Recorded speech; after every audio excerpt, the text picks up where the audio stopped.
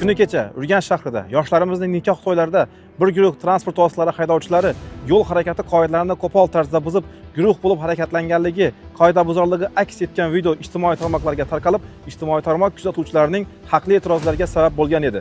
Bugun yo'l harakati xavfsizligi boshqarmasi xodimlari tomonidan ushbu holat o'rganildi va ushbu to'y marosimlarida ishtirok etgan barcha transport vositalari va ularning boshqargan haydovchilarning shaxsiga oydinlik kiritildi.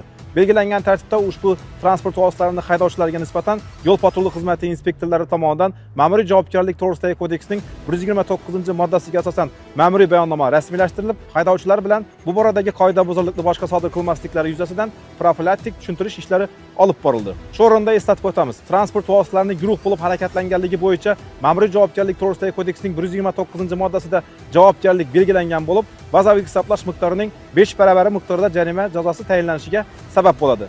Shunday ekan, barcha haydovchilarimizdan, ayniqsa to'y marosimlarida ishtirok etayotgan transport vositalari haydovchilaridan yo'llarda harakatlanganda yo'l harakati qoidalariga qat'iy rioya qilgan holda harakatlanishlarini so'rab qolamiz. Unutmang, qonun ustuvor, jazo muqarrar ekanligi albatta ta'minlanadi.